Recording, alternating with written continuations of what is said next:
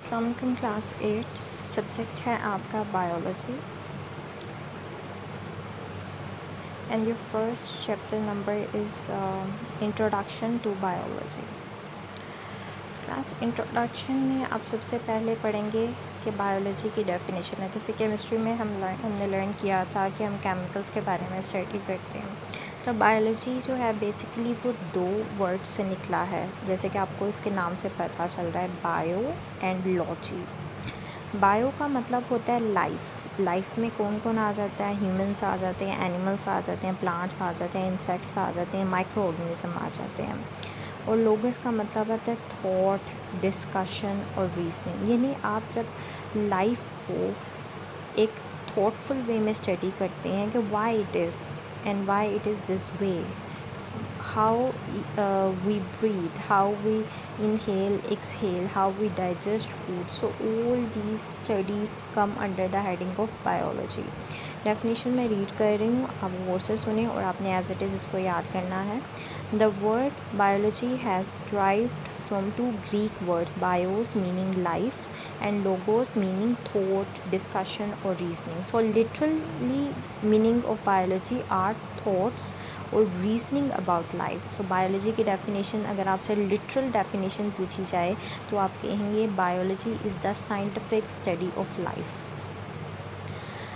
अच्छा, उसके बाद है कि बायोलॉजी की मेजर क्या ग्रुप्स हैं, बायोलॉजी को मेजर कौन से ब्रांचेस में डिवाइड किया गया। तो इसके मेजर 3 ब्रांचेस हैं, zoology, botany and microbiology. Zoology नाम से ही पता चलता है कि एनिमल के बारे में बात हो रही है। तो zoology is the study of animals. ठीक है, for example line, human is also an animal in the language of science, most advanced animal.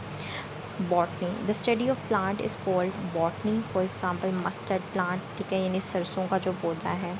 Microbiology, micro का मतलब होता है स्मॉल। जब आप बहुत छोटे ऑर्गेनिजम्स को स्टडी करते हैं, ठीक है, जो हमें आम आँख से, जो हम अपनी सिर्फ आँख से देखें तो वो नज़र नहीं आते, उनको बोलते हैं माइक्रो ऑर्गेनिज्म। उनकी स्टडी आ जाती है microbiology. The study of micro organism is called microbiology. Organism which can not be seen with naked I R called micro organism. तो इसमें आपको पास माइक्रो ऑर्गेनिज्म की डेफिनेशन भी आ गई और माइक्रोबायोलॉजी की भी आ गई।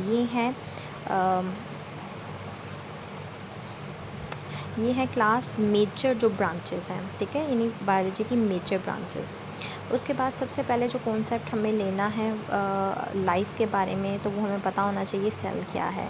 जैसे कि हमें पता है हर एक चीज़ यानी हर लिविंग थिंग जो है वो किससे मिलकर बनी है? सेल से मिलकर बनी है। So cell is a fundamental structural and functional unit of living organism. जैसे आप एक दीवार की बात करें तो दीवार किससे मिलकर बनी है? ईंटों से मिलकर बनी है। ठीक है, तो ईंट क्या है? उस दीवार का एक फंक्शनल यूनिट है, एक स्ट्रक्चरल यूनिट है, एक फंडामेंटल यूनिट है। वैसे ही हमारी बॉडी का, एनिमल बॉडी का, प्लांट की बॉडी का जो फंक्शनल यूनिट है that is called a cell.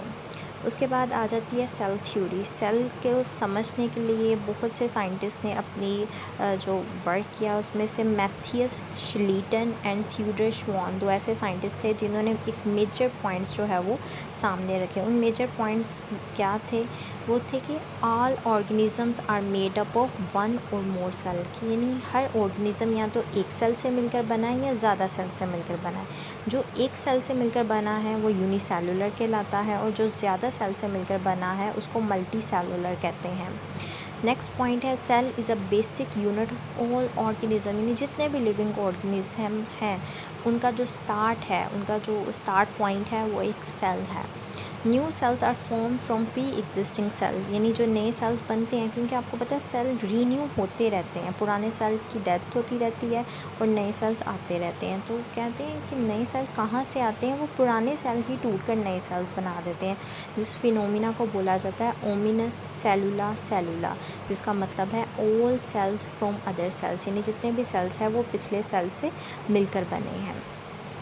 Class next हम पढ़ेंगे जब हमने सेल के बारे में इंट्रोडक्शन ले लिया है कि एक सेल क्या होता है, वो किससे मिलकर बना होता, तो फिर हमने ये देखना है कि बेसिकली सेल के अंदर क्या क्या चीज़ें मौजूद है।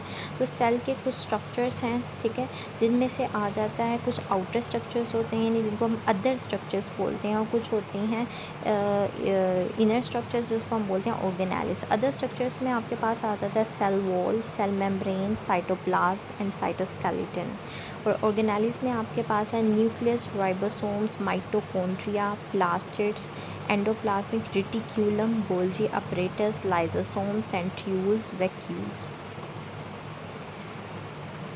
सो क्लास इन सबको आपने एज इट इज़, इसमें अभी कुछ भी मैंने ऐसा मेंशन नहीं किया जिसे आपने याद नहीं करना, आपने सारा एज इट इज़ याद करना है। और आपके लिए एक असाइनमेंट भी है कि आपने एनिमल और प्लांट सेल विद लेबल आपने ड्रॉ करना है और उसको अच्छे से लर्न कर लेना है। टिल देन गुड बाय, आपसे नेक्स्ट लेक्चर में मुलाकात।